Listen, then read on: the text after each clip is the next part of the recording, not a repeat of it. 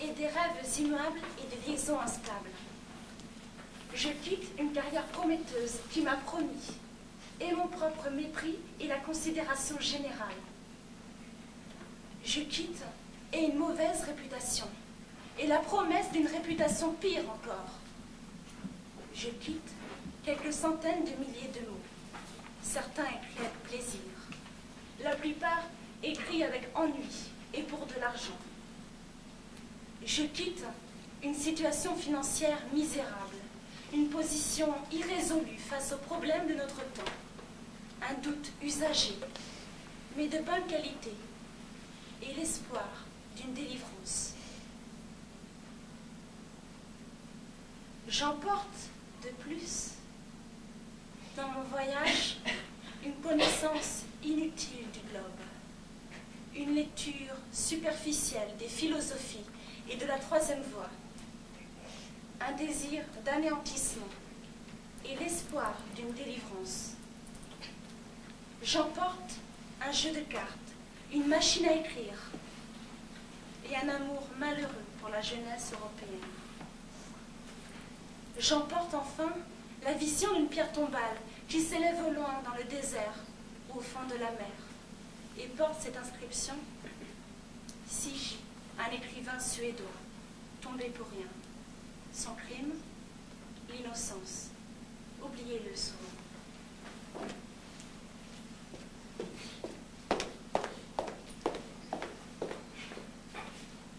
Toutes les grandes tragédies se sont déroulées il y a déjà longtemps.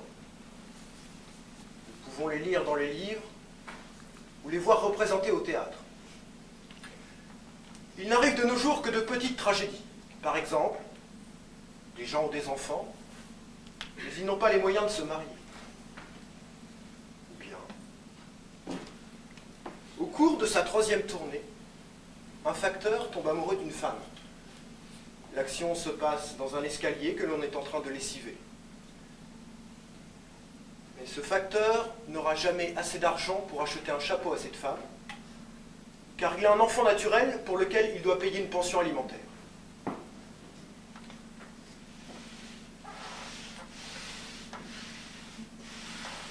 Cet automne-là, il pleuvait presque tout le temps, et les chaussures du facteur étaient toujours mouillées. Lorsqu'il pénétrait sous un porche, il fallait qu'il essuie l'eau qui lui brouillait la vue pour distinguer la fente des boîtes aux lettres. Il arrivait parfois qu'une goutte de pluie tombât sur une des adresses, et c'était toujours à ce moment-là que quelqu'un ouvrait sa porte pour dire que le facteur n'avait pas le droit de salir comme ça les lettres des autres. Le facteur était un être sensible. Ça lui peinait toujours de ne pas pouvoir satisfaire tout le monde. Et le soir, quand il rentrait chez lui, il était grondé par sa femme, parce qu'il pleuvait, parce qu'il avait un enfant et qu'elle n'en avait pas, parce qu'il usait ses chaussures, et parce qu'il ne passait jamais chef facteur. Il ne répondait rien. Seulement, il n'aimait plus sa femme. Il ne l'aimait plus comme il l'avait aimée autrefois. Lorsqu'au cours de sa 3e tournée, un soir, il aperçut Léna dans l'escalier, il n'y pensa d'abord pas tellement. Il ne fit qu'une chose, elle l'empêchait de faire son travail. Il montait, et il était à genoux, dans l'escalier, en train de le lessiver. Comme par nature, il faisait très attention à ne faire aucun bruit en marchant. Elle ne l'entendit pas, et poursuivit sa tâche comme si de rien n'était. Comme par nature encore, il était très timide, il n'osa pas se manifester, descendit l'escalier à reculons et se mit à attendre.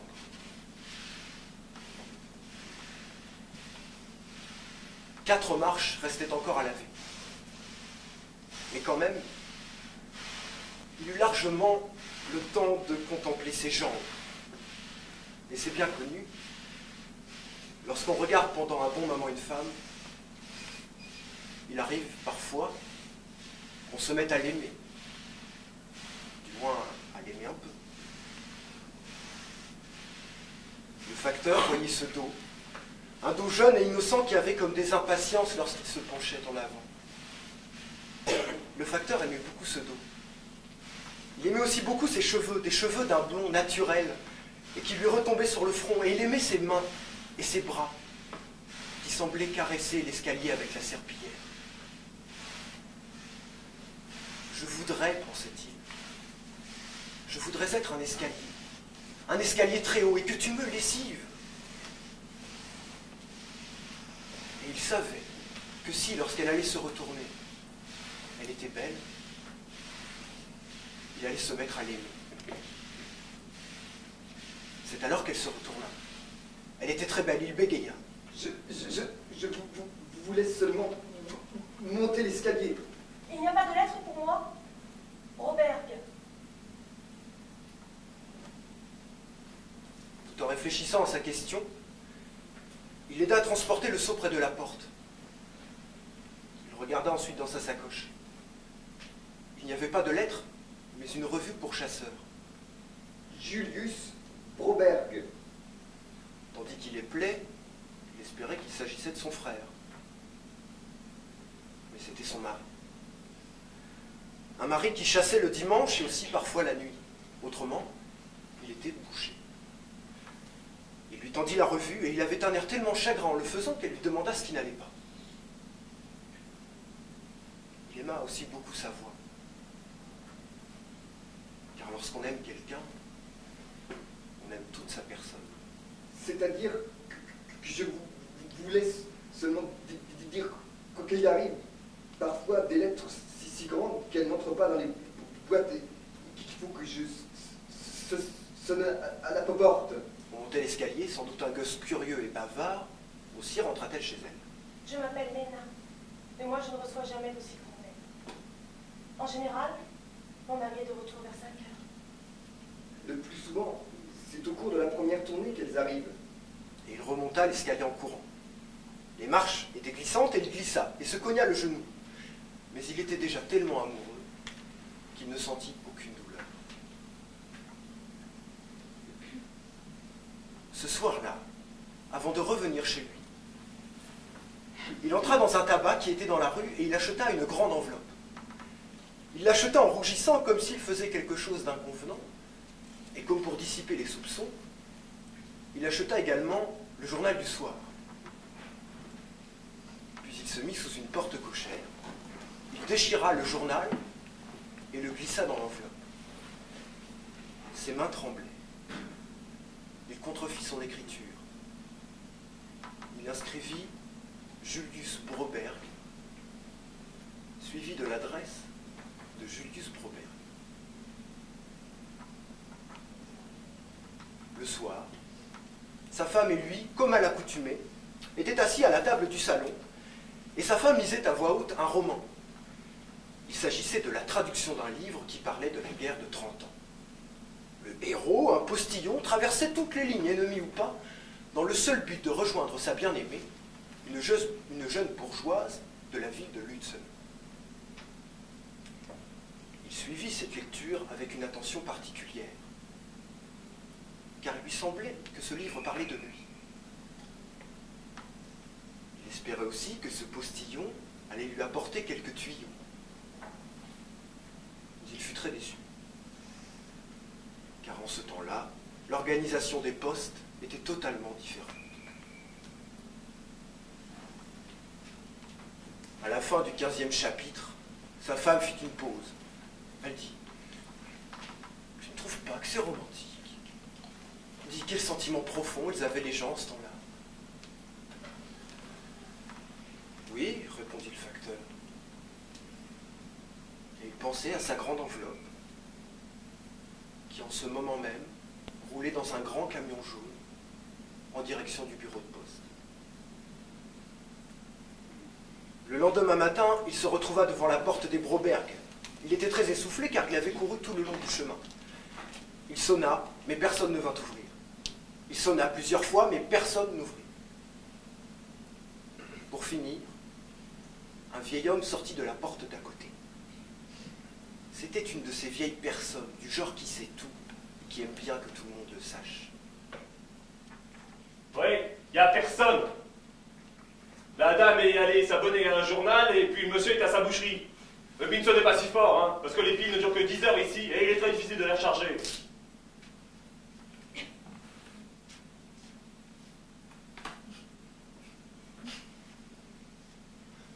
Dans le temps, on recevait les piles d'Allemagne. Et mon frère, il avait une affaire à Kungsolmen. Kungsolmen était à cette époque bien différent de ce qu'il est aujourd'hui. Vous savez, un jour, un tramway à chevaux a déraillé juste devant l'hôpital. Nos jours, on en voit tous les chevaux en Russie. Je sais pas comment tout ça va finir. J'ai lu dans le journal... Attention, chien! Un conseiller municipal du Värmland vient de déclarer: il est inadmissible que les gens qui reçoivent l'aide sociale aient un chien. La loi est certes bien imparfaite. Les pauvres ont le droit d'avoir un chien. Pourquoi ne se procure-t-il pas un rat? C'est gentil et ça ne coûte presque rien.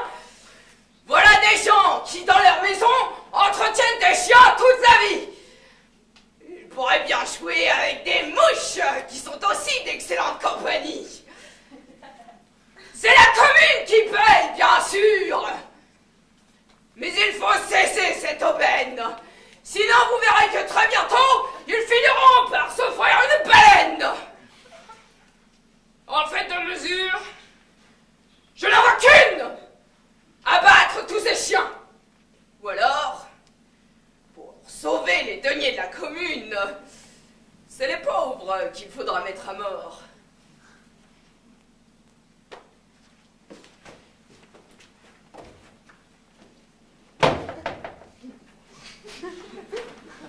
J'ai lu dans le journal. J'ai lu dans le journal que bientôt on allait pouvoir s'acheter des noisettes. On a acheté tant et tant que tout ce qui va nous rester à faire, et ben, ça sera de manger des noisettes pour le restant de nos jours bientôt.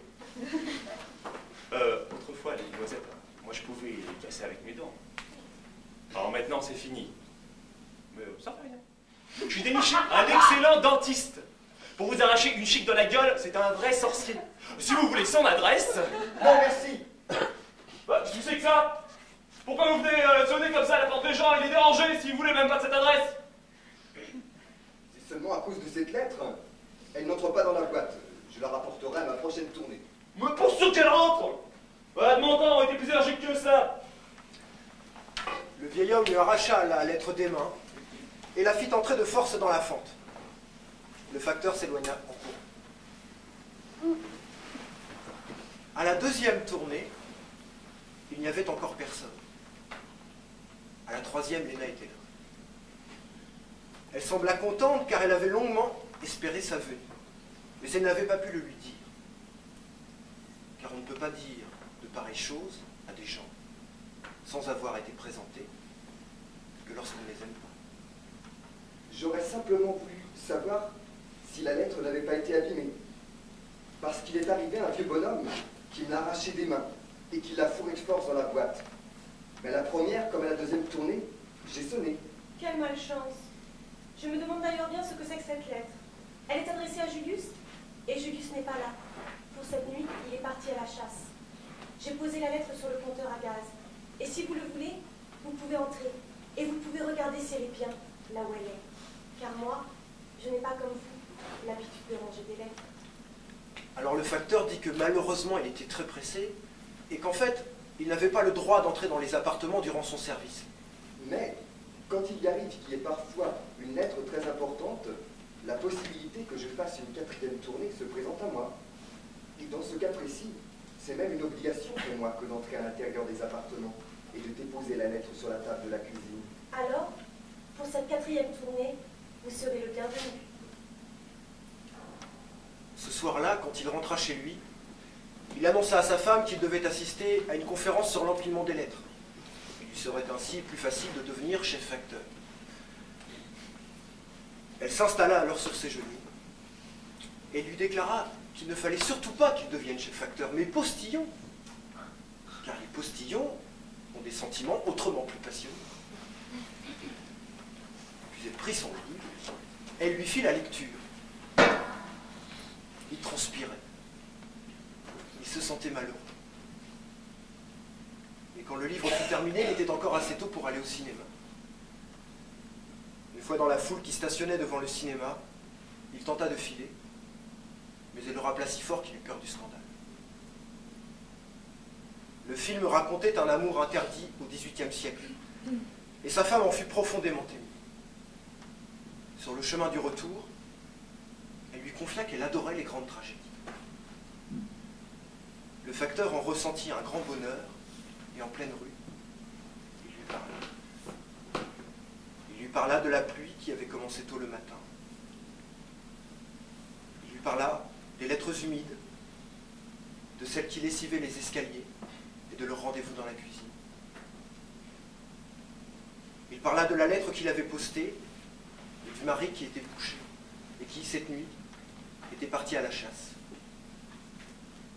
Et il parla pour finir des sentiments qu'il éprouvait à son égard. Sa femme empoigna alors son bras et elle le serra très fort. Elle ne le relâcha que lorsqu'ils furent dans l'entrée de leur appartement. Là, elle ôta son chapeau. Et tu as le culot de me dire ça, alors que tu viens de voir une grande tragédie qui parle d'un grand amour dans un grand film. Tu devras avoir honte. Et comment vas-tu pouvoir, avec ce que tu gagnes, entretenir 2 femmes et un enfant naturel? Et que peux-tu trouver une guenon mariée qui fait le joli cœur avec tous les facteurs, dans tous les escaliers? Et son boucher, que va-t-il dire?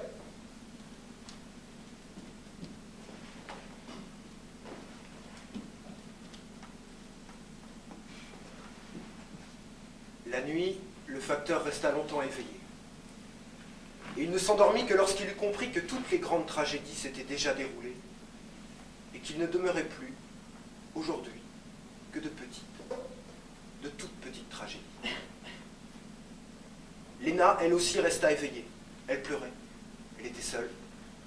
Sa lampe de chevet était allumée. Elle avait posé un miroir sur son oreiller, et quand elle se regardait dans ce miroir, elle ne découvrait que vieillesse et laideur. Mais le boucher rentra. Il était ivre et joyeux. Et quand il ouvrit l'enveloppe, il dit que c'était une proposition d'abonnement à un journal du soir.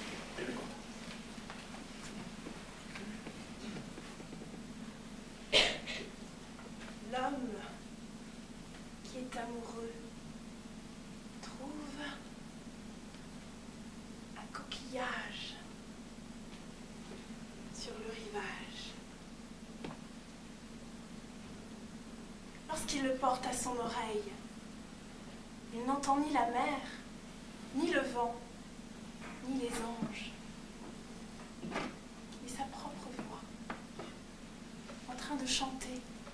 Je t'aime.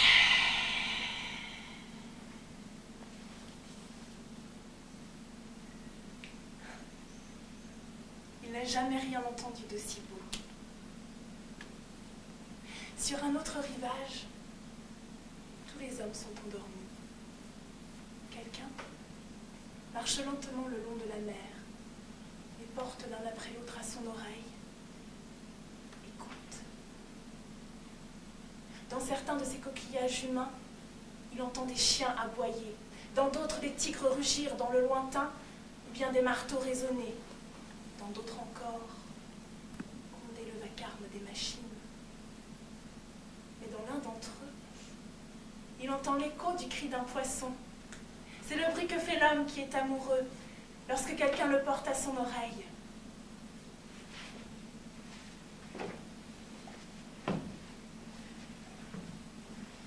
Si les planètes pouvaient aimer, elles quitteraient leur orbite et causeraient le chaos. Le salut du monde n'est dû qu'au fait que l'amour est impossible. L'homme qui est amoureux devine que l'amour est le jumeau de la mort. Mais cela ne l'empêche pas, lui qui est captif de son destin, de pénétrer de force dans la cellule de son voisin, en criant de joie. Je suis libre! Je suis libre!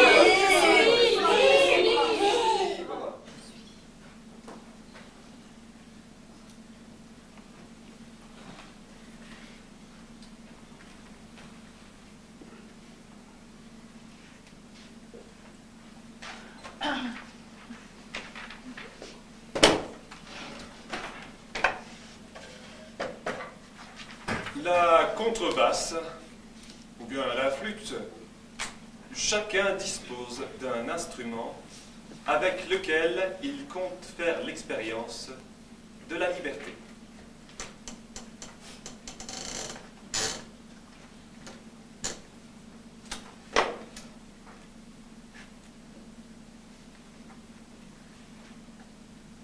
Il était une fois un homme qui possédait une contrebasse qui était à peu près son seul bien. Le soir, il s'enfermait dans l'unique pièce de son appartement et jouait pour lui-même, tandis que sa femme restait dans la cuisine et essayait de l'écouter. Il finit par savoir jouer suffisamment bien pour devenir membre d'un orchestre de danse. Le samedi et le dimanche, il grattait sa contrebasse dans une salle de bal, avec des résultats de plus en plus satisfaisants. Peu à peu, il devint tout à fait évident, aussi bien pour lui que pour les autres, qu'il possédait l'étoffe d'un bassiste éminent. Et bientôt, il s'enferma à clé aussi bien le matin que le soir. Mais il arriva un jour que le couple eut un enfant, un garçon. Il le désirait depuis longtemps, bien qu'il n'en ait pas parlé. Il n'avait jamais dit quoi que ce soit, il avait joué, Au début, tout fut à peu près comme d'habitude. Le père jouait, le fils pleurait, et la mère ne disait rien, comme à l'accoutumée. Mais le père finit par remarquer que l'enfant pleurait à plus chaudes larmes lorsqu'il entendait gronder la contrebasse. L'enfant n'aimait pas cet instrument, c'était manifeste. Peu à peu, le père se mit lui aussi à prendre en grippe les contrebasses. Il s'en alla faire ses exercices au grenier, mais cela ne servit à rien. Le petit pleurait toujours. Il se mit à jouer de plus en plus mal au bal. Bientôt, il devint impossible de danser au son de sa contrebasse, et ses camarades lui dirent ce qu'il en était. « Qui d'abord ?» répondit-il. Alors, il prit l'habitude d'aller s'asseoir près de celui-ci dès qu'il rentrait à la maison, et, peu à peu, l'enfant s'y accoutuma si bien qu'il se mit à pleurer dès que le père essayait de quitter le bord de son lit. Un samedi, à l'heure où il devait partir pour le bal avec sa contrebasse dans ses bras, celui-ci resta tout simplement assis au bord du lit. Il ne pouvait se résoudre à se lever, l'enfant se mettrait immédiatement à pleurer. « Le petit d'abord, dit-il, lorsqu'on le mit à la porte de l'orchestre. » Mais parfois, il lui arrivait d'avoir terriblement envie d'aller chercher son instrument dans la penderie. Alors il avait honte. Il avait honte devant son fils, comme si la contrebasse venait s'interposer entre eux, d'une certaine façon, à la manière d'une rivale. Il ne tarda pas à commencer à la détester. Une nuit, il se réveilla tout en sueur après avoir été arraché à son sommeil par une décision affreuse. Celle de tuer la contrebasse. Il se leva sans faire de bruit, alla chercher l'instrument dans la penderie, puis la hache dans le bûcher et frappa. Les cordes volèrent en morceaux.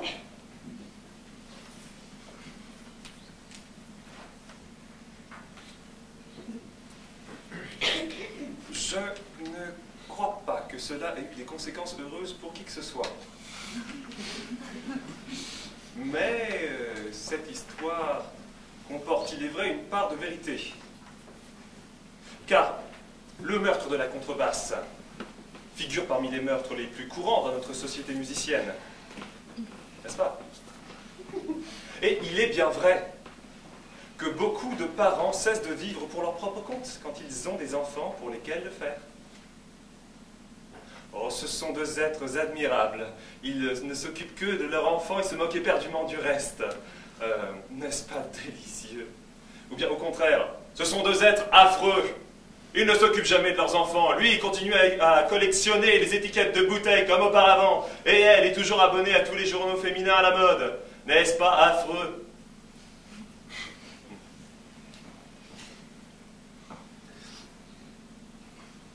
Pourquoi la contrebasse a-t-elle été tuée? Était-il tellement nécessaire de la mettre à mort? Faut-il vraiment que l'enfant passe toujours avant la contrebasse? Selon moi, non. Selon moi, il faut veiller à ne pas tout transformer en choix exclusif. Combien de pauvres enfants, à moitié étouffés de tendresse, n'ont-ils pas été caressés avec tant d'amertume que leur vie sentimentale en a été bouleversée jusqu'au restant de leurs jours? Combien d'assassins de contrebasse n'ont-ils pas chuchoté amoureusement à l'oreille de leur enfant? Tu n'as pas idée de ce que j'aurais pu devenir sans toi. Si tu savais comme je jouais bien la contrebasse. Et puis, tu es arrivé. Et naturellement, tu étais plus important, petit. Et oui, c'est ainsi. Pour un pauvre diable d'écrivain, dont les enfants sont bien à plaindre, il se présente un problème de contrebasse tout particulier. Comment va-t-il bien pouvoir convaincre de jeunes êtres qui ont un culte très marqué pour les menuisiers, les puisatiers et les chauffeurs d'autobus que la littérature est elle aussi un métier, bien qu'elle ait l'air d'une vaste partie de farniente? Le respect que peut inspirer une machine à écrire est sans commune mesure avec l'effet que produit un marteau, par exemple. Pendant un certain temps, j'ai essayé de poser un marteau et des clous sur ma table de travail, mais sans parvenir à un résultat notable. Et j'ai finalement abandonné la partie après m'être entendu suggérer de planter ces clous dans la machine. Le dernier recours, ce sont toujours les considérations d'ordre économique. Il nous faut de l'argent pour acheter à manger. Alors, il faut laisser papa travailler, dit-on. Tu n'as qu'à aller en chercher à la banque, suggère le petit dernier qui a l'esprit pratique. Il y est déjà allé une fois, il n'oubliera jamais cela. Tu n'as qu'à aller trouver ton éditeur, suggère l'aîné qui a l'esprit encore plus pratique. Encore heureux qu'ils ne connaissent pas le mot de piété, se dit-on en poussant un soupir et tout en cherchant fébrilement la solution. On finit par la trouver. Le tout, pour le bassiste, ce n'est naturellement pas de tuer son instrument, mais de familiariser l'enfant avec celui-ci, de le faire pénétrer lentement dans son univers. C'est le seul moyen pour lui de jamais connaître ce grand jour où sera levé le siège de la pièce dans laquelle il travaille. Stupéfait et un tantinet déçu, on se précipite à l'extérieur et on trouve ses enfants assis sur les marches de l'escalier, une feuille de papier à la main sur leurs genoux écartés. « Je suis en train d'écrire 5 poèmes, papa », dit le plus petit qui s'évertue à couvrir sa feuille de centaines d'angles droits. « Je suis en train d'écrire 13 poèmes, papa », dit l'aîné qui veut toujours être le plus fort en tout. Mais un matin, les poètes ont tout à coup disparu. Affolement, battus. On retrouve les fugitifs sur le chemin de l'arrêt d'autobus, les mains pleines de cycles de poèmes chiffonnés. « Allez-vous-en » dit des poètes. On va en ville vendre nos poèmes.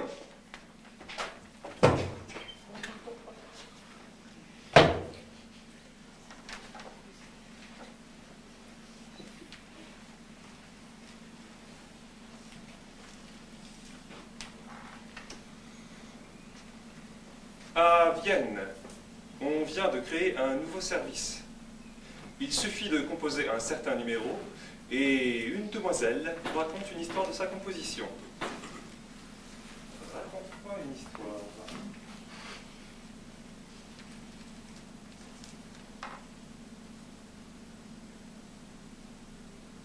Le soir, chez Meyer, on appelle la demoiselle qui raconte une histoire aux enfants de Vienne. Il était une fois une rue sans maison détruite. Il était une fois un homme qui n'était pas armé. Il était une fois deux amoureux enlacés qui n'ont pas été fusillés pour ce crime. Il était une fois deux hommes qui ne se sont pas tués. Un enfant qui n'avait ouï de coups de feu. Le téléphone se tait un bref instant. L'enfant reste assis, attendant la suite.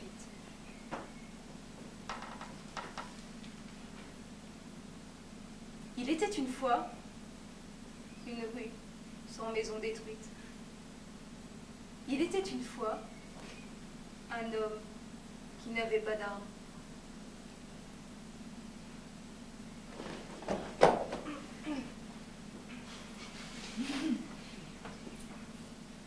Oncle Sam est le gentil petit garçon.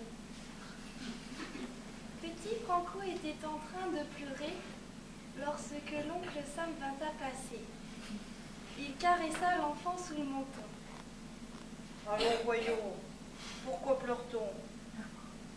J'ai perdu tout mon bel argent l'autre jour en bagarrant. Et dans la classe, tous les copains se moquent de mon gros chagrin. Tiens, mon petit, de l'argent, voilà. Mais dis-moi, que vas-tu faire maintenant? Je voulais pendre ma vieille maman. Mais les cordes, ça coûte cher, n'est-ce pas? Moi, petit, dit l'oncle Sam en donnant quelques dollars de plus à l'enfant. Comme tu es gentil. Vraiment. Faut toujours penser à sa maman.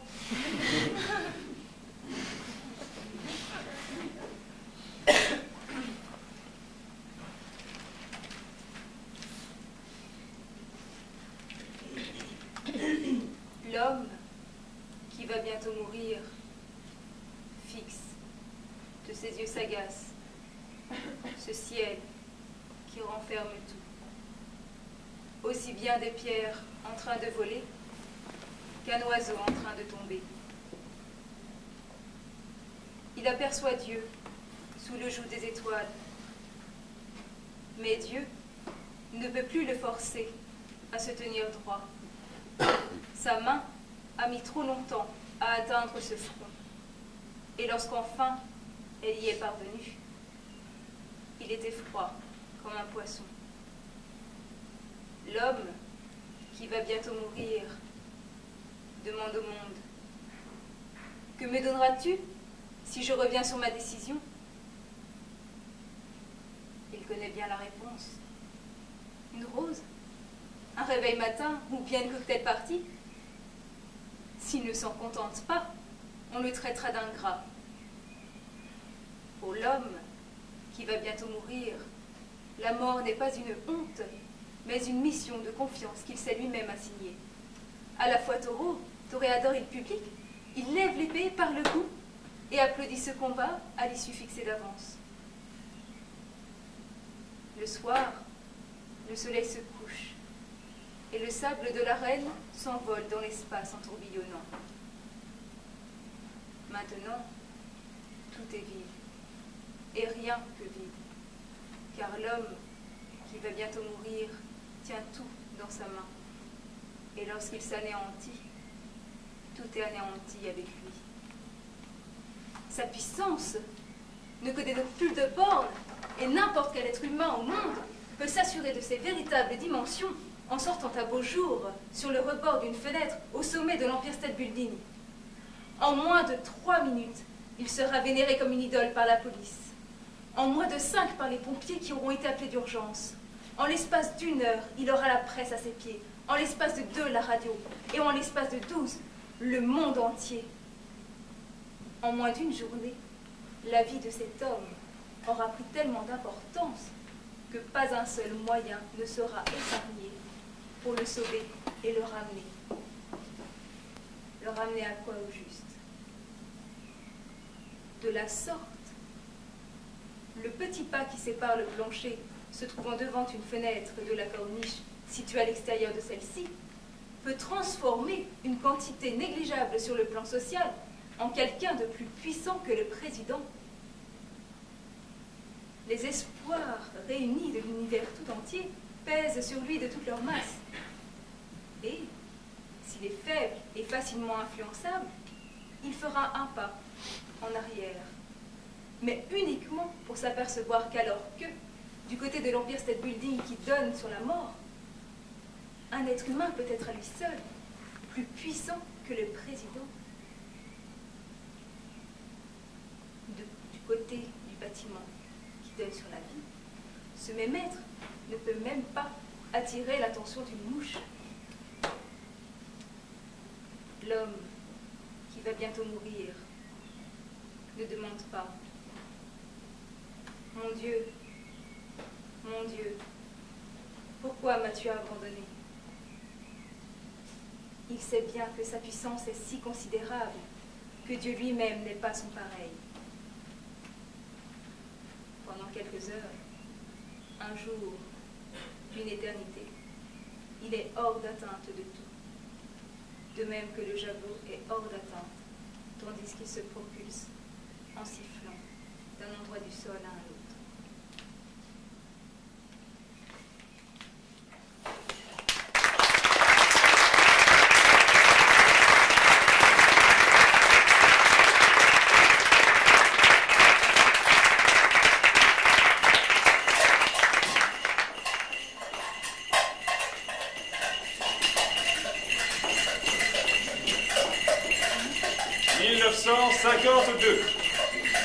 Un mathématicien anglais a calculé que la guerre atomique serait très économique.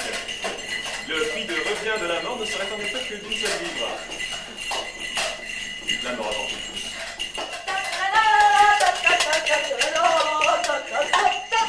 Le prix de la vie est en baisse!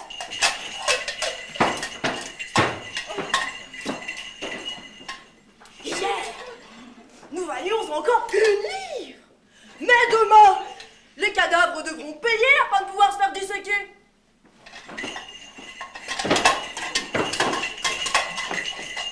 Il y a de l'avenir pour la mort. La corde au cou, mais c'était bien trop cher. Demain, nous pourrons tous passer pratiquement sans bourse déliée. Pour des calculs de rentabilité. Mais nous, on paie les pots cassés. Tiens, la mort fait des sols qui nous séparent. Je me rappelle tout le monde.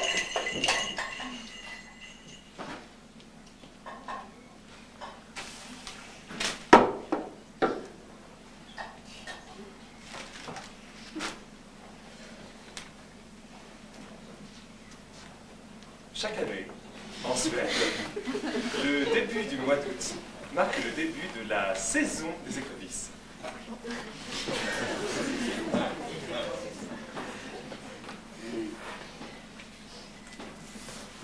La bombe atomique vient d'être lâchée des ailes d'un bombardier. 500 000 personnes sont tuées et grillées vives par le feu tombé du ciel. Les écrevisses sont belles cette année. Elles vivaient sur Terre, dans de sombres ruelles, et furent transformées en cendres en un éclair. Le journal nous en apporte la nouvelle. Commissaire Bavard de Madère. Elles n'ont même pas vraiment eu le temps de crier, avant d'être ainsi transformées en crématoire. Un crématoire mondial, madame. Quelle idée! Bon sang, mais qui ose perturber mon repas ce soir?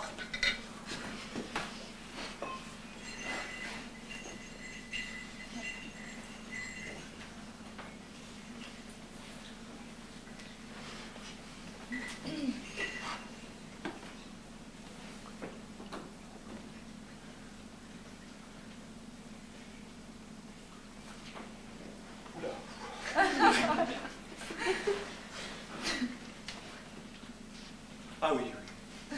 Septembre 1944. Il vient de se créer une société pour la protection des reptiles. On attend toujours la société pour la protection de l'être humain. Un petit verre.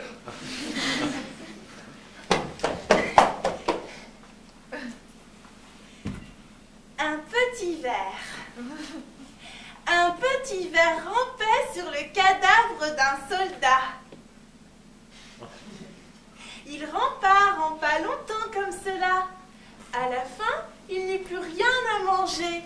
Il était bien à plaindre, ce petit verre. Mais, quand il fut sur le point de mourir, survinrent deux dames au large sourire. Pauvre petit verre, nous créons, vois-tu, une association pour assurer ton salut. Chacune pleura comme une madeleine, mais le petit verre, lui, était tout guilleret. Pour un petit verre, c'est une bonne aubaine qu'il y ait des gens si bien intentionnés. Le soldat, pendant ce temps-là, gisait, plongé dans ses pensées, en putréfaction. Pourtant, il était fort, reconnaissant d'avoir déjà payé sa cotisation. Renfort culturel. En 1951, l'Espagne a enfin été admise à participer aux travaux de l'UNESCO. Tout n'est pas rose pour la culture à notre époque fort belliqueuse. Dante est mort ainsi que Rembrandt. Encore heureux que Franco soit vivant. Il a fait des études très poussées, mais pas autant que sa censure. Et celui qui a tué Lorca en se long sur la littérature. Il ne faut négliger personne pour sauver la culture. Monsieur Franco, entrez, mais veuillez laisser votre corde au vestiaire de l'UNESCO.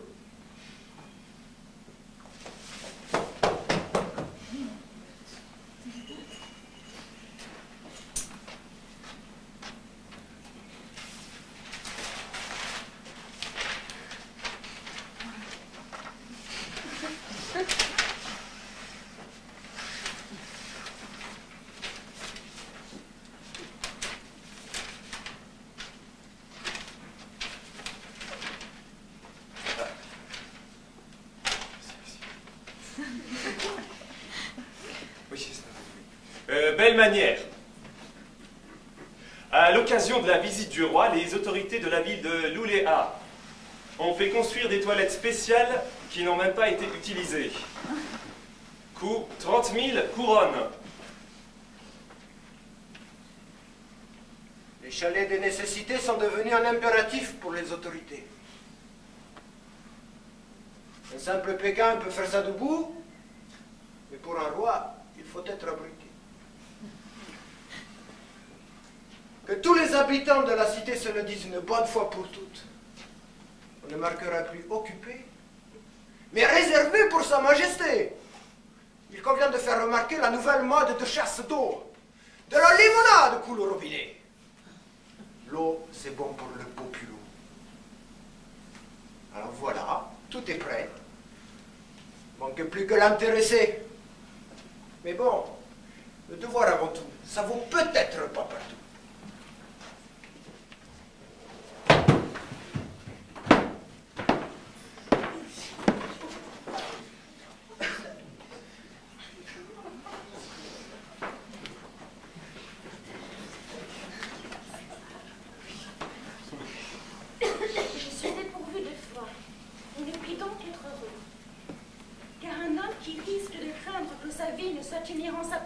Certainement certaine, peut-être heureux. Je n'ai reçu en héritage ni Dieu, ni pain fixe sur la terre d'où je puisse attirer l'attention d'un Dieu. On ne m'a pas non plus légué la fureur bien aiguisée du sceptique, les ruses dessus du rationaliste, ou la candeur ardente de l'athée. Je n'ose donc jeter la pierre ni à celles qui croient en des choses qui ne m'inspirent que le doute, ni à celui qui cultive le doute comme si celui-ci n'était pas lui aussi entouré de ténèbres. Cette pierre m'atteindrait moi-même, car je suis bien certain d'une chose. Le besoin de consolation que connaît l'être humain est impossible à rassasier. Mais il y a des consolations qui viennent à moi sans y être conviées. Je suis ton plaisir. Aime-les tous. Je suis ton talent. Fais-en aussi mauvais usage que de toi-même. Je suis ton désir de jouissance. Seuls vivent les gourmets. Je suis ta solitude. Méprise des hommes. Je suis ton inspiration à mort. À leur tranche. Le fil du rasoir est trop étroit.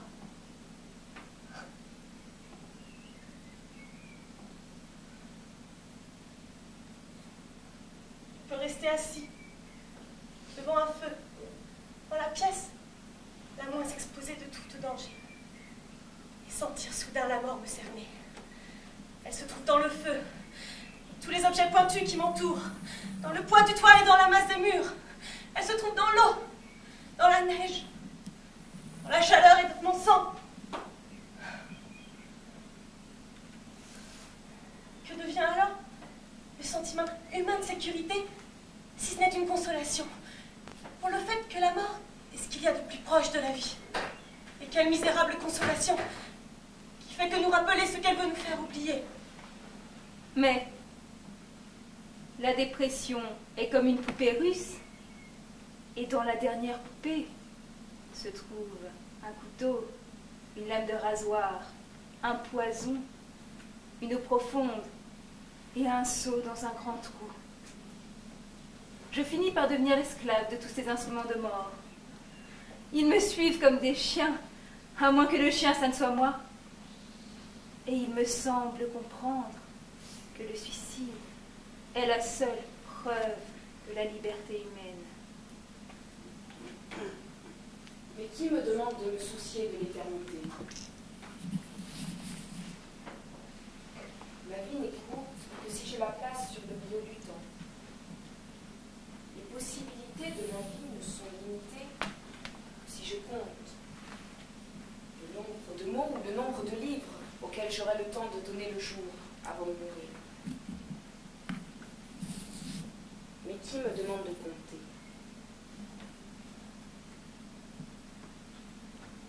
Le temps n'est pas l'étalon qui convient à la vie.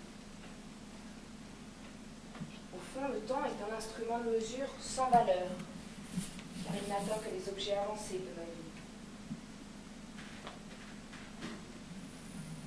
Mais tout ce qui m'arrive d'important, tout ce qui donne à ma vie son merveilleux contenu, la rencontre avec un être aimé, une caresse sur la peau, une aide au moment critique, le spectacle du clair de lune, les promenades en mer à la voile, la joie que l'on donne à un enfant, le frisson devant la beauté. Tout cela se déroule totalement en dehors du temps. Je soulève donc de mes épaules le fardeau du temps et par la même occasion celui des performances que l'on exige de moi. Ma vie n'est pas quelque chose que l'on doit mesurer. Ni le saut du Cabri, ni le lever du soleil ne sont des performances. Une vie humaine n'est pas non plus une performance, mais quelque chose qui grandit et cherche à atteindre la perfection.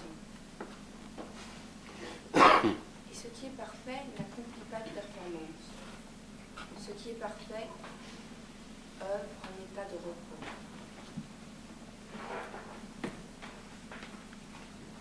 Je ne crois pas à l'enfer sous la forme d'une prison particulière dont disposerait Dieu et dans laquelle les pécheurs se verraient attribuer une cellule après avoir été privés à tout jamais de la possibilité de pécher.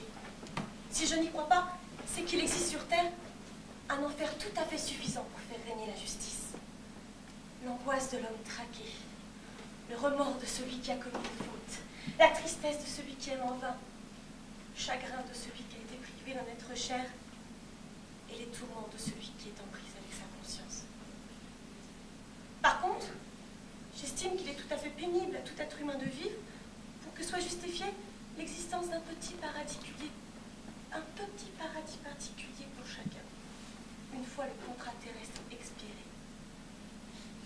paradis lui-même est une chose que nous ne pouvons conquérir que tant que nous sommes en vie. Ou, comme l'écrivait Omar Khayyam, le sage mathématicien persan, un soir de la fin du XIe siècle, le ciel n'est que le rêve de pouvoir toucher le but de tes désirs et l'enfer de brûler dans ton cœur et non dans ce pays de silence d'où tu viens et où bientôt tu vas t'enfoncer.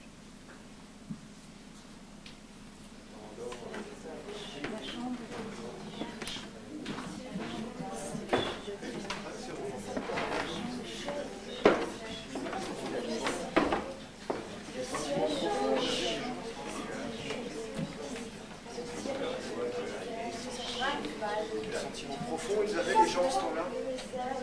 Il fait beau, le matin ça Le sent ciel est bien. bleu. Le ciel est chaud.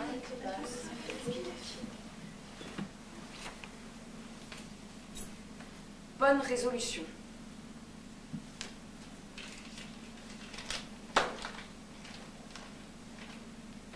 Au seuil de l'année, je prends des résolutions pour ne point renouveler mes péchés passés.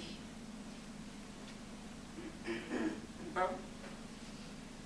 Dans mon grenier, plus jamais je ne me pendrai, parce que c'est très mauvais pour la constitution.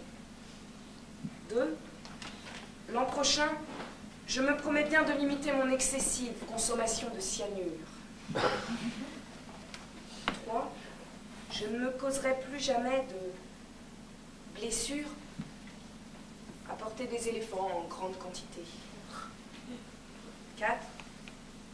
Plus ne mettrai ma tête dans la gueule du loup, ne serait-ce que l'espace d'une brève minute, car il me semble bien avoir de cette brute sous-estimé l'appétit, le manque de goût. 31 décembre 1952.